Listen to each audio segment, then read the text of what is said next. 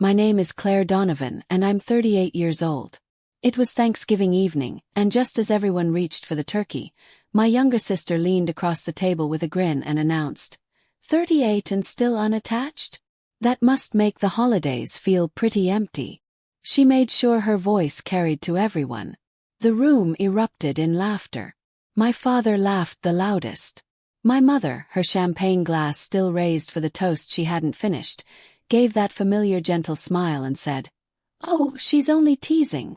I quietly placed my glass on the table. I didn't answer. What no one sitting there realized was that I hadn't traveled back to Virginia just to become the evening's entertainment. I had returned because 7 days earlier, a file had landed on my desk containing a contract with my own name signed across the bottom, a contract I had never seen before. The handwriting wasn't mine. Before I tell you what happened next, you need to understand who I really am, because the version my family tells and the truth have never been the same. I'm an architectural acoustics consultant. I create spaces where sound behaves exactly as it should. Concert halls, broadcast studios, university auditoriums, even a children's medical center in Seattle, where the constant alarms now feel gentler because I redesigned the rooms to absorb their sharp edges. I built my business from nothing more than a tiny shared office and an old measuring microphone someone let me borrow. Now clients bring me across the country because they trust me to make every room sound exactly the way it's meant to. My family knows almost none of that. To them, I'm simply the daughter who walked away. The one who didn't marry when everyone expected. The one whose life becomes the family's favorite joke somewhere between the stuffing and dessert. I hadn't returned to Richmond in over 3 years, and honestly, I hadn't intended to come this holiday either. Then Martin, an aging technician who still worked on the production floor at Donovan Acoustic Systems, and who remembered teaching alongside me years ago, called on a Wednesday afternoon. His voice was unusually quiet. "Claire, they're finalizing the sale of the insulation panel division. Outside investors. Serious money." He hesitated. "Your dad keeps telling everyone the patents are clean. That every signature's already in place. Says everything stayed in the family." Another pause. "But I never watched you sign those papers." His words settled heavily. "Did you?" "I didn't," I answered. "I booked my flight that same evening. Not because of Thanksgiving dinner. Not because I missed anyone. Because there was one sentence inside that contract I needed to read with my own eyes before someone convinced me I'd imagined the whole thing. A signature seems insignificant until it's yours. And it stays yours until someone decides your identity belongs to the family just as much as everything else. All of that stayed locked inside me while we sat around the dinner table. None of them suspected a thing. My sister, Emily, was enjoying herself far too much. She handled marketing for the company now, which mostly meant she was skilled at deciding which version of every story people were allowed to hear. "I'm just saying," she continued while cutting another bite of sweet potato, "some of us stayed and actually built something." Claire disappeared too. She waved her fork dismissively. "What is it again?" "Designing quiet buildings." The table laughed once more. My father set down his fork and performed the familiar gesture I'd known since childhood. He spread his hands as though he were blessing everyone gathered there. "This family built something that matters," he declared proudly. 50 years of the Donovan name on that factory. His eyes moved around the room. "Whatever any of us accomplishes, we do it for the family name. That comes first. It always will." Everyone nodded as if he'd quoted sacred scripture. My mother calmly refilled the glasses. "Let's not turn dinner into one of those conversations," she murmured. That was always her way whenever the truth threatened to make itself heard. I felt the old instinct pulling at me again. Left. Make myself smaller so everyone else could stay comfortable. I'd spent 16 years doing exactly that. 16 years becoming the quiet room where difficult conversations disappeared. I looked down at my glass. Then at my mother, still glowing beneath the dining room lights. Her champagne frozen halfway through the unfinished toast. And for the first time in years, I refused to make myself smaller. Instead, I gently placed my drink on the table. The way someone finally sets down a burden they've carried for far too long. "Don't worry about me," I said. My voice sounded calm, almost gentle. "I've actually been married for quite a while." The room didn't simply fall silent.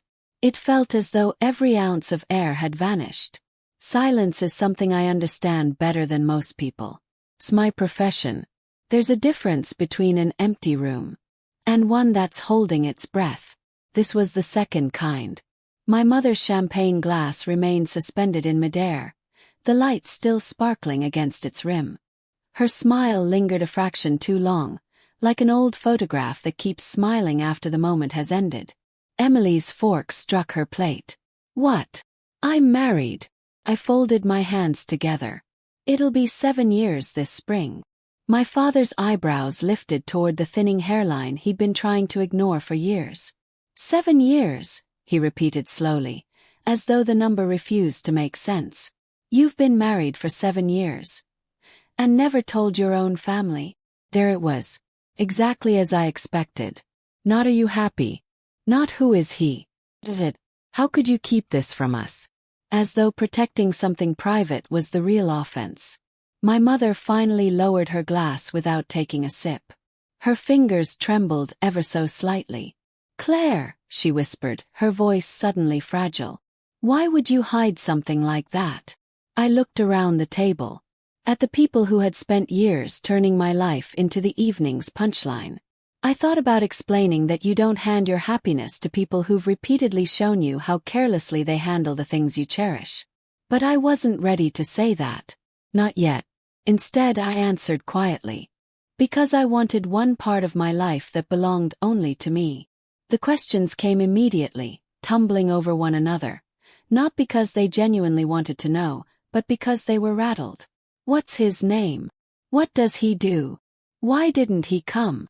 Is he embarrassed by us? That last one came from Emily. She intended it to sting. Years ago it would have. I offered them almost nothing. "His name is Nathan. He's traveling for work." No, he isn't embarrassed. Yes, we're legally married. We have wedding rings, a home, and a life together. Every answer stayed brief. Not because I wanted to be cruel. Because instinct told me to protect what mattered. The same instinct that makes someone shield a tiny flame from the wind. My father leaned back in his chair and studied me with an expression I'd never seen before. At the time I couldn't understand it. It would explain everything. "Well," he finally said, "you've certainly become full of surprises." My mother reached across the table and gently rested her hand on my wrist. For one dangerous moment, I almost let myself believe her kindness. "We only want to be included in your life, sweetheart," she said softly. I wanted to believe those words so badly that it scared me. But I hadn't driven from Washington Dulles Airport to this house, so anyone could suddenly become part of my life. I had come for a file. And sitting there with my mother's hand resting on my wrist, while my sister's laughter still seemed to linger in the room like smoke, one truth became perfectly clear. They believed my marriage was the biggest surprise waiting at that table. They were wrong. The real surprise was sitting inside a beige file folder in a cabinet just down the hallway, bearing my forged signature across the bottom. And I was the only person in that dining room who knew it existed. To understand why that document mattered so much, you have to go back 13 years. Because the story really began with a single acoustic panel. When I was 27, Donovan Acoustic Systems was barely hanging on. The company had maybe 4 months before it would collapse for good. I'd left home when I was 22. I walked away from the constant criticism, the cramped expectations, and the feeling that every dream had to fit inside someone else's definition of success. Even so, I kept coming back on weekends. Back then, I still believed families could be fixed if one person was willing to keep doing the work. The company's product line was painfully ordinary. Standard acoustic ceiling panels, the kind installed in countless office buildings that nobody ever notices. The market had moved on. Orders disappeared. The future looked hopeless. So I spent an entire spring tucked away in the old workshop, sketching, testing, failing, and starting over until I created something completely different. A layered acoustic core engineered to preserve warmth inside a room while keeping every sound remarkably clear. It didn't simply absorb noise. It shaped it. I built the very first prototype with my own hands. Before sealing the frame, I wrote my initials where no customer would ever think to look. Just as a master violin maker signs the hidden interior of an instrument, I left a quiet mark along with a sentence that meant everything to me. That single panel rescued the business. Orders flooded back. The Donovan name remained above the factory doors for another decade because a 27-year-old woman refused to let the company disappear. But stories have a way of changing over time. Little by little, my name vanished from the telling. People stopped calling it Claire's design. Eventually it became simply the Donovan panel. Then somehow, it became my father's achievement. I let it happen. I convinced myself recognition wasn't important. I had my own career, my own clients, my own city, my own peaceful life. I told myself allowing them to claim the credit was an act of love. Looking back, that was the lie I had been living inside. A lie so polished it felt airtight. Now that same invention, my invention, had become the centerpiece of a corporate acquisition worth more money than my father had ever imagined. And somewhere inside a file cabinet sat paperwork claiming I had willingly signed away every right to it. I knew I hadn't. The following morning I drove to the factory. When anyone asked why I was there, I smiled and said I wanted to see the old place decorated for the holidays. That wasn't entirely untrue. The building barely resembled the struggling company I remembered. Fresh paint covered the walls. Glass conference rooms reflected the winter sunlight. Near the entrance hung an elegant brass plaque displaying the company's founding date, with my father's name engraved beneath it like the crest of an old dynasty. Visitors filled the lobby. Well-dressed executives. An attorney carrying a polished leather briefcase.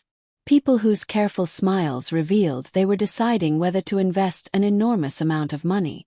My father looked completely at home among them.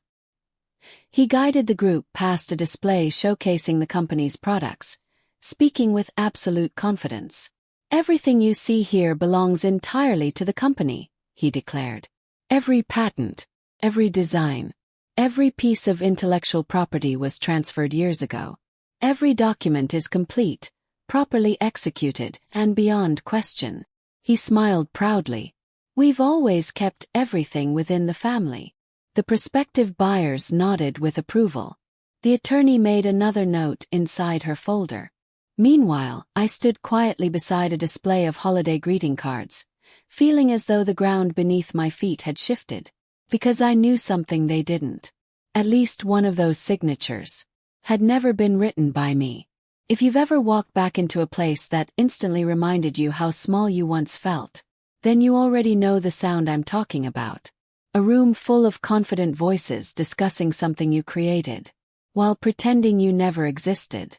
Stay with me. Sometimes the quietest moments come right before everything changes. I watched my father shake hands with one of the investors. I heard him describe the paperwork as completely clean one more time. And standing there with a snowflake slowly melting against my coat sleeve, I made a decision. Before anyone sold my name, I was going to read every word inside that file. I approached it carefully, asking if I could take a look at the intellectual property paperwork. I presented it as simple professional interest, one designer wanting to see how a properly drafted rights assignment was put together. Nothing more. Before I could even finish the request, Emily stepped in. She had an uncanny talent for sensing exactly the moments she shouldn't interrupt. "Why would you need to see those files?" she asked, folding her arms while wearing a smile that looked friendly until you noticed how sharp it really was. "You don't even work here anymore, Claire. You haven't for years. Honestly, it isn't really any of your business." I told her I was only curious. She tipped her head slightly. "See, that's always been your problem." Her voice rose just enough for everyone nearby to hear. "You disappear for 16 years, come back with this surprise husband nobody knew existed, and now suddenly you're interested in the deal that's about to change this family's future." She gave a small laugh, perfectly timed for the employees standing close enough to listen. People might start thinking you're jealous. Just then my mother walked past carrying a tray of holiday pastries for the guests.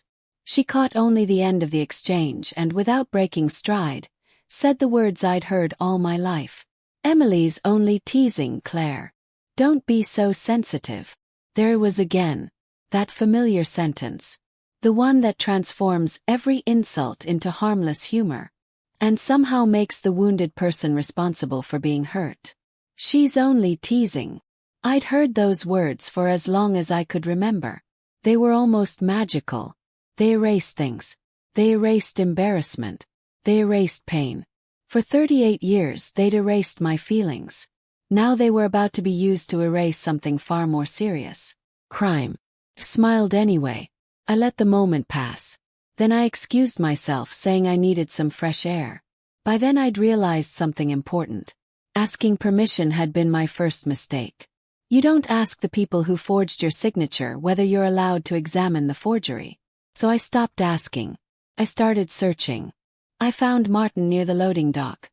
His hands buried inside his work coveralls. His breath hanging in the cold afternoon air. "You never heard this from me," he said quietly. He led me down a side hallway into a small office. A due diligence binder sat open on the conference table, neatly organized with color-coded tabs for the investors reviewing the acquisition. "No one's in here," he whispered. "I'll keep watch." He remained by the doorway while I flipped through the binder until I reached the section labeled Intellectual Property Assignments. There it was. A single-page agreement transferring every right, title, and ownership interest in the layered acoustic panel design from its inventor to Donovan Acoustic Systems. The document had been dated 6 years earlier. The bottom, next to the line marked inventor, appeared my name, Claire Donovan. The moment I saw it, everything inside me became perfectly still. Not because I was calm. Because the professional part of my mind had taken over before the emotional part could. I studied the signature. Over the course of my life, I'd written my name tens of thousands of times. I knew every movement of my pen the way someone recognizes their own heartbeat. This wasn't mine. It was close. Close enough that a stranger might never question it. Whoever had forged it clearly had a genuine sample to copy. But they hadn't truly learned my hand. The capital C curved too broadly. The final flourish beneath my surname angled upward instead of fading away. Most telling of all, the signature rested perfectly level across the line. Mine never did. Since middle school, my handwriting had always drifted slightly downward by the final letters. It was a habit so deeply ingrained I couldn't force myself to change it. Someone had practiced. Someone had spent time learning how to become me. Just enough to deceive everyone. Except the one person whose name it was. I stood alone in that borrowed office while pale winter light filtered through the blinds. For the first time in 16 years, I allowed myself to think something I'd spent a lifetime refusing to believe. It wasn't sadness. It wasn't even anger. Not yet. It was certainty. Clear. Cold. Unavoidable. Someone in my own family had sat down and taught themselves how to sign my name. When the ground shifts beneath me, I fall back on the one habit that's never failed. Collect evidence. I photographed every page, front and back, making sure each image was sharp and properly lit. Then I checked the date. Because a signature isn't just ink on paper. It's also a statement that says where someone was on a particular day. Where you were can be proven. 5 years earlier, the date listed on that assignment document was September. And during that September, I wasn't anywhere near Virginia. I wasn't even in the country. I was in Copenhagen, presenting research at an international acoustic symposium. My name appeared in the official conference schedule. There were photographs of me standing on stage with the other presenters. My passport carried the entry stamp. My hotel bill was charged directly to my own card. I remembered that trip vividly because it had been one of the rare times in my life when I felt completely seen. It rained almost every day. The skies were gray. But inside that lecture hall, everything felt bright. I gave the strongest presentation of my career to a room full of people who actually understood my work. On the exact day this contract claimed, I had sat in Richmond and willingly signed away ownership of my greatest creation. I was thousands of miles away. I was across an ocean, standing in the rain, being recognized for something I built. This wasn't an administrative mistake. Nobody accidentally places a fake signature on a legal agreement. Nobody accidentally invents a false date. Someone made a choice. Someone picked up a pen and deliberately placed my name where my permission should have been. Because asking me was inconvenient, or because they already knew what my answer would be. I closed the binder exactly as I had found it. I gave Martin a silent thank you. I couldn't risk saying anything more. His livelihood was still tied to that building. Then I walked back into the lobby. My father was still there, laughing with the investors, completely comfortable in the world he had built around himself. He looked at me, smiled back, and inside my head, I said the words I had been waiting to say. No. I know what you did. And you have no idea that I know. For one day I let myself keep that knowledge. Like carrying a small piece of warmth in your pocket during a freezing winter. That evening I helped my mother in the kitchen. Not because I wanted to help with dishes. 'Cause I needed answers. I needed to understand how far this went. My mother had never been good at keeping things hidden when she believed she was sharing something harmless. I dried plates while she washed them. Kept my voice casual, almost playful. It's strange, I said. I don't remember ever signing away my rights to the company. Her hands slowed beneath the running water. Oh, sweetheart, she replied softly. Her tone was the same one she'd always used when comforting me as a child. You didn't need to worry about those details. She rinsed another dish. Your father handled all of that. I stayed quiet. He said you were always so focused on your work and your designs. Why burden you with paperwork when everything was staying in the family anyway? She smiled. He took care of it. He always takes care of things. She said it with pride, with complete trust. And without realizing it, she had just confirmed everything. My father had signed my name. My mother knew enough to understand what happened, but not enough, or perhaps not enough courage, to question it. And in her mind, it wasn't theft. It was help. It was a father protecting his daughter from unnecessary complications. The family name comes first, she said while drying her hands. She repeated my father's favorite phrase without even realizing she was doing it. You know how your father is. Did know. But I was finally beginning to understand something else. I'd spent years accepting that's just how he is as an explanation for behavior that never should have been accepted. I placed the final plate in the drying rack. Then I asked as casually as I could, "Is Dad still awake?" There was no reason to avoid it anymore. If my father had done this believing it was an act of love, then I needed to hear him explain it directly. Without investors watching. Without an audience. Without the company name standing between us. I found him in his office. He sat behind his desk with a glass of whiskey beside him, and the handwritten financial records. He still maintained himself. Closed the door behind me. I didn't yell. I didn't accuse. I've learned something over the years. The calmest person in the room is often the one people are forced to listen to. Dad, I said. There is an assignment agreement in the investor documents with my signature on it. Pause. I never signed it. My eyes stayed on his. You did. He didn't look shocked. He didn't deny it. He didn't even pretend to misunderstand. Instead, he looked up at me with something strangely close to satisfaction. So you found it. The way someone might react when another person finally solves a mystery they planted. You created that panel here, he said. Under this roof. Using this company's equipment. While you were a Donovan working inside a Donovan business. He leaned back. That design was always part of this family. His voice remained steady. All I did was complete the paperwork you were too distracted to handle. I stared at him. That isn't completing paperwork. My voice stayed quiet. That's forging my signature.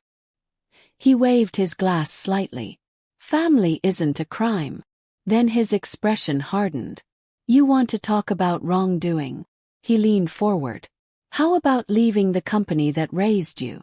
How about walking away while everything we built was falling apart? For a moment, the anger disappeared, and underneath it I saw something else. My father did the same thing to me, he said quietly. His eyes dropped to the ledger on his desk. The first product line I ever designed. My father put the company name on it and left mine off completely. He swallowed. I was hurt for years. Then he looked back at me. But eventually I understood. His voice softened. That's how families survive. The name survives because everyone sacrifices for it. You protect the name, and the name protects you.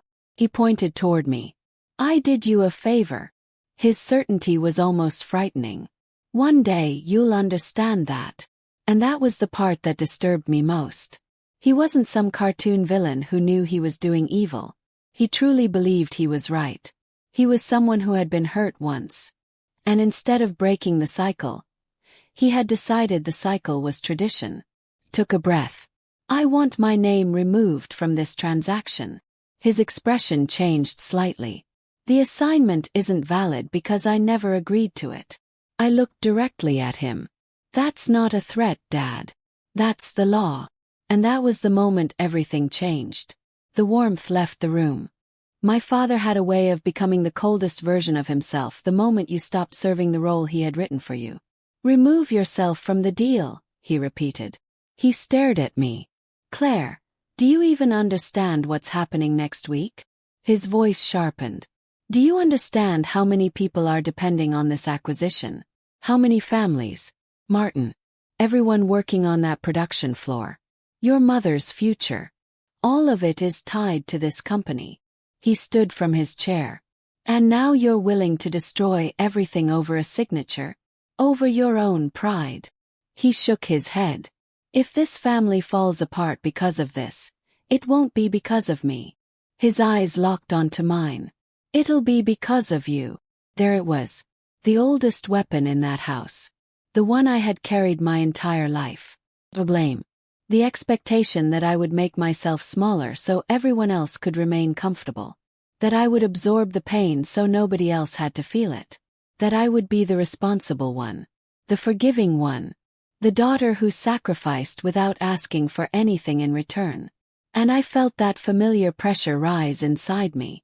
Because I have always been the person who carried the weight. Always. That was my weakness, if you want to call it one. It wasn't that I trusted too easily. I didn't. I barely trusted anyone at all. My problem was something deeper. I had spent my entire life believing love meant becoming invisible. That being loved meant being the person who quietly disappeared so everyone else could stay happy. Standing there in my father's office, listening to him place responsibility for his own actions onto my shoulders, I finally saw the truth. I saw the machine I had been feeding for years. And that machine had always run on me. My silence, my patience, my willingness to take the damage. It was running on me right then. And it was counting on the fact that I would rather suffer quietly than let anyone else experience discomfort. I didn't argue. I didn't defend myself. I simply turned around and walked out. I left his office. I walked through the darkened house. Then I drove back to the company one more time that night. I still had a spare key Martin had given me years earlier.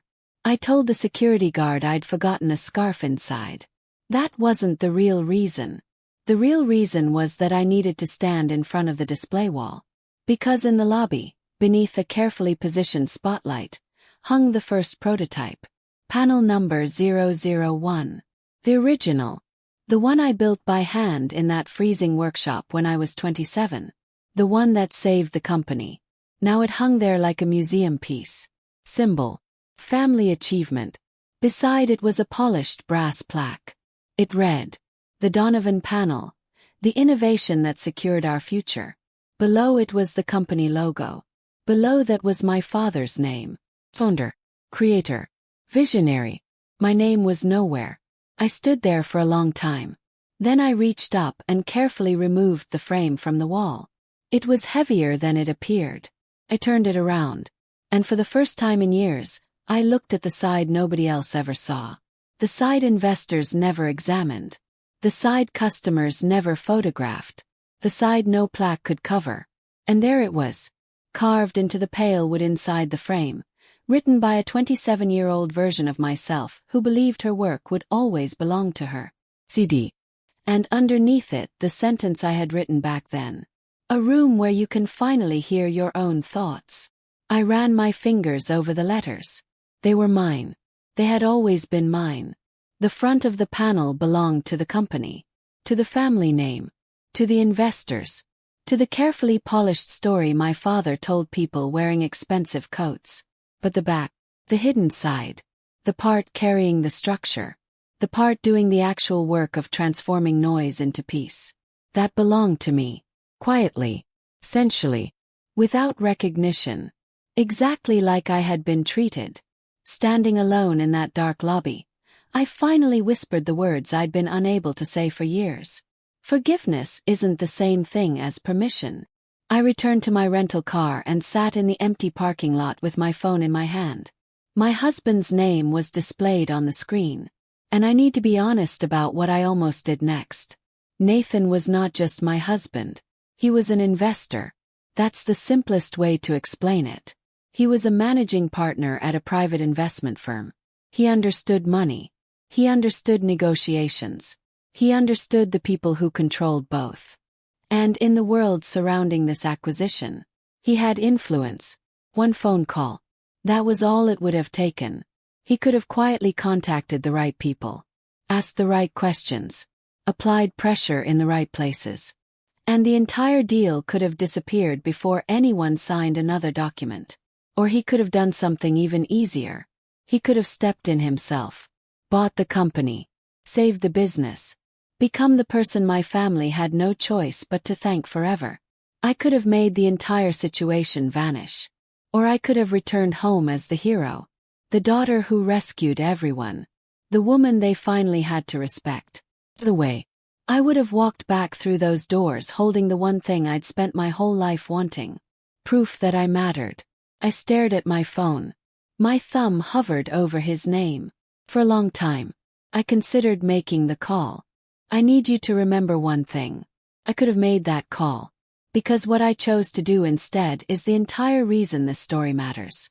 If you've ever had a boundary cost you something you genuinely cared about, then you already understand exactly where I was sitting. Alone in a freezing car. Holding the power to win. But wondering if I was about to win in the wrong way. Stay with me because this was the moment I finally got something right. I didn't call Nathan. I didn't ask him to destroy the deal. I didn't ask him to save it. I placed my phone down in the cup holder and let the screen go dark. Because if I used Nathan's influence to make this problem disappear, whether by bringing the company down or by rescuing it, I would become exactly like my father. Someone who answered a truth problem by covering it with power. Someone who believed the right outcome mattered more than the right way of getting there. And I did not come home to become my father's reflection. I came home to end the pattern he had handed down. The next morning, before I made any final decision, I called someone who had no reason to protect me. Someone who would simply tell me the truth. An intellectual property attorney in Boston I'd worked with years earlier during a licensing negotiation. I explained everything. A design I created. A transfer agreement I never signed. A signature that belonged to someone else. A company sale depending on that document being legitimate. She listened carefully.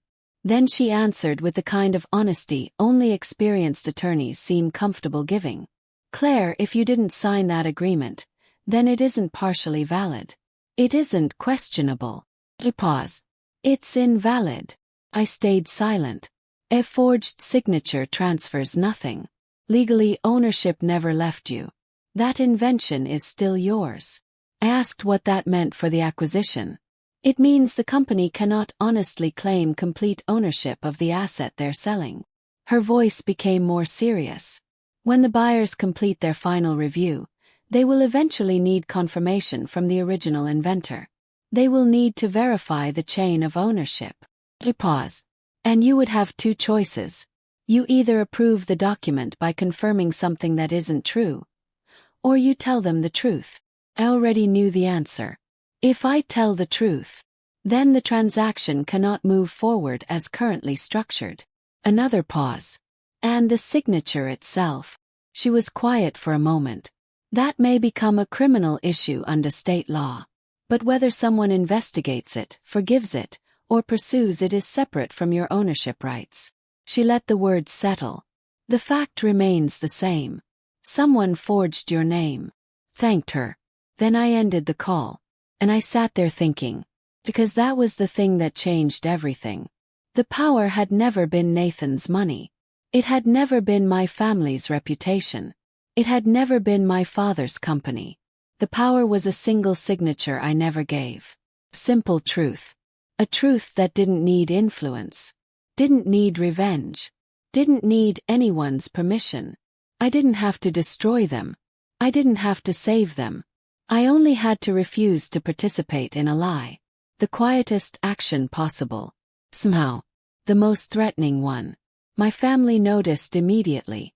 Families like mine always sense the moment the person who has spent years staying silent finally stops doing it. My mother began appearing everywhere. She refilled my coffee before I finished it. She asked if I was sleeping well, if my marriage was happy, if I was feeling okay. Every question felt gentle. But every question was also a test. A hand against a door. Checking whether it was still locked. That afternoon, she sat beside me on the back steps and held my hand. Then she said the words I knew someone had prepared her to say. Whatever is happening between you and your father. She squeezed my fingers. Please, Claire. Keep this within the family. Her voice was soft. We don't take private matters outside these walls. We don't invite strangers into our problems. That's how we've always protected each other. Keep it within the family. That was the adult version of, she's only joking. The same old spell. The same words designed to make sure the truth never traveled farther than the front door. Emily changed too. The teasing stopped completely. That evening, she brought me a cup of tea without me asking. Then she sat beside my chair. I hope you know I love you, she said. No matter what happens. I almost laughed. Not because it was funny. Because she had never said anything like that to me when she wasn't trying to soften a situation. And suddenly I understood. They knew. Maybe not every detail. Maybe not exactly what I had discovered. But they knew something had changed. They could feel the danger. And now the entire household was adjusting around me. My mother offering comfort. My sister offering affection. Everyone trying to gently guide me back into the version of myself they understood. Quiet one. The forgiving one. The one who carried everything and asked for nothing. My mother squeezed my hand. You've always been the strong one. I looked out across the cold porch. The old house. The same walls that had held so many memories.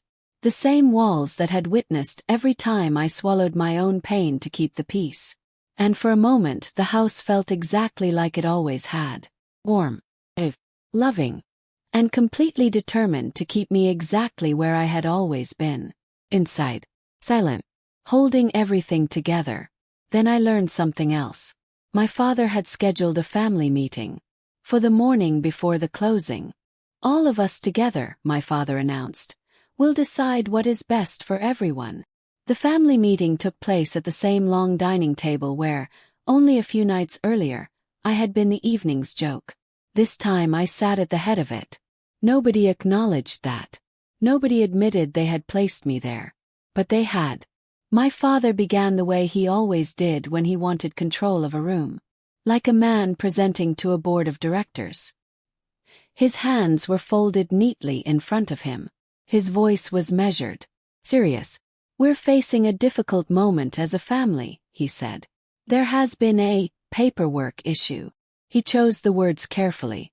We need to resolve it together, the way the Donovans always have. He looked around the table. Quietly. With loyalty. With love. Then he pushed something across the polished wood toward me. A single sheet of paper. And a pen resting on top. I already knew what it was before I touched it. A new agreement. Freshly prepared. Dated that week. Clean. Legal. Waiting for my real signature. My signature would now be used to cover the fake one. To transform the lie into the truth after the fact. To make it appear as though everything had happened exactly the way they claimed. All you need to do, my father said softly, is sign what you would have signed anyway. He smiled. Then it's over. No conflict. No outside people involved. No unnecessary damage. His voice lowered. Just family taking care of family. My mother sat beside him with tears in her eyes. Emily watched me carefully. Not with concern. Not with affection. With calculation. Every person at that table was waiting, leaning toward me, expecting me to do what I had always done. I could feel the entire house pushing against me. The pressure to choose the easy path. Quiet path. The familiar path. Sign it. Be the strong one. Sign it. Keep everyone comfortable. Sign it. Disappear one more time so nobody else has to face the consequences. I stared at the pen. Then I looked at the empty line where my name was supposed to go. This time willingly. And suddenly I understood the entire plan. The goal had never been just to forge my signature. That was only the first step. The real goal was to make me participate. To make me erase myself voluntarily. To convince me to call my own disappearance an act of love. I didn't sign. Not that morning. I simply said I needed time to think. Then I picked up the document and took it with me. That surprised them. The meeting ended with everyone unsettled. But that same day something else happened. Something I should have expected. Came from Emily. My sister had always been good at controlling narratives. Marketing was her profession. She knew how stories were shaped. She knew how people decided what version of reality to believe. And after the dinner where I revealed my marriage, she had done what she naturally did. She investigated. She looked into Nathan. It didn't take her long. His name wasn't ordinary. His investment firm wasn't hidden. Anyone who knew where to search could find exactly how much influence he had. By that afternoon, Emily knew. She knew my husband wasn't just some private person I'd kept away from them. He was a partner at a powerful investment firm. Someone with connections in exactly the world where their acquisition was about to be completed. She came to my room that evening. And the change in her was immediate. The sarcasm was gone. The teasing was gone. For the first time I could remember. She looked at me differently. Not as someone beneath her. Not as someone to mock. As someone valuable. There was calculation in her expression. And beneath that, "Oh, Claire," she said, almost breathless. She sat down without waiting for permission. "Your husband, Nathan." She shook her head slightly. "Do you realize who he is?" Then she laughed softly. "Of course you do. He's your husband." She leaned closer. "Why didn't you tell us?" Her excitement grew. "This changes everything." And I watched something strange happen. The identity my family had assigned me for almost 4 decades began disappearing right in front of me. The story they had repeated for years. The lonely daughter.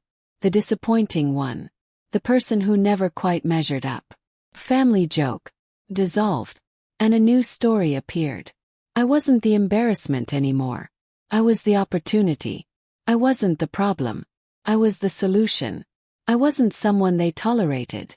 I was someone who could open a door. And with a sinking feeling, I already knew what would come next.